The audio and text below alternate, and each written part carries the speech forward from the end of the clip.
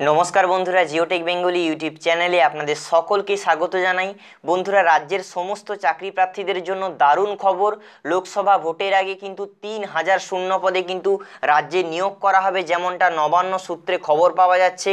এই ভিডিওটা শেষ পর্যন্ত দেখতে থাকুন। এখানে আমি আপনাদেরকে বিস্তারিতভাবে জানিয়ে দেব কোথায় কত শূন্য পদে নিয়োগ করা হবে। এর জন্য ভিডিওটি মনোযোগ সহকারে শেষ পর্যন্ত দেখুন। আর জিওটেক বেঙ্গলি ইউটিউব চ্যানেলে নতুন হয়ে থাকলে চ্যানেলটি অবশ্যই সাবস্ক্রাইব করে নেবেন এবং পাশে ছোট্ট একটি বেল আইকন আসবে, এখানে অবশ্যই প্রেস করবেন। দিলে এই ধরনের লেটেস্ট আপডেটগুলো আপনারা সবার প্রথমে দেখতে পেয়ে যাবেন। আসুন বন্ধুরা, শুরু করি আজকের ভিডিও। তো বন্ধুরা, এখানে দেখতে পাচ্ছেন, এখানে বলা হয়েছে 3376 শূন্য পদে কর্মী নিয়োগের সিদ্ধান্ত নবান্নের। একদম লেটেস্ট আপডেট দেওয়া হয়েছে, সমস্ত কিছুই জানাবো। এর জন্য ভিডিওটিকে অবশ্যই একটি লাইক করুন এবং আপনার বন্ধুদের সাথে শেয়ার করে দিন। আপনারা লাইক এবং শেয়ার করলে আমাদের ভিডিও তৈরি করার জন্য অনেক উৎসাহ বাড়ে। বন্ধুরা, দেখতে পাচ্ছেন, এখানে বলা হয়েছে ভোটের আগে চাকরি প্রার্থীদের জন্য সুখবর। সব কিছু ঠিকঠাক থাকলে আগামী কয়েকদিনের মধ্যেই 3376 শূন্য পদে কর্মী নিয়োগ করবে রাজ্য সরকার। আইসিডিএস সুপারভাইজার পদে এই নিয়োগ করা হবে বলে নবান্ন সূত্রে খবর।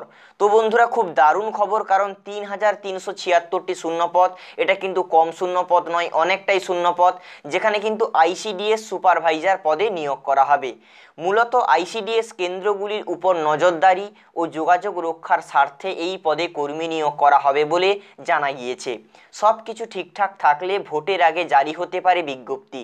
নবান্ন সূত্রে খবর, স্বাস্থ্য দপ্তর ধাপে ধাপে আরও কয়েক হাজার কর্মী নিয়োগ করতে চলেছে মমতা বন্দ্যোপাধ্যায়ের সরকার।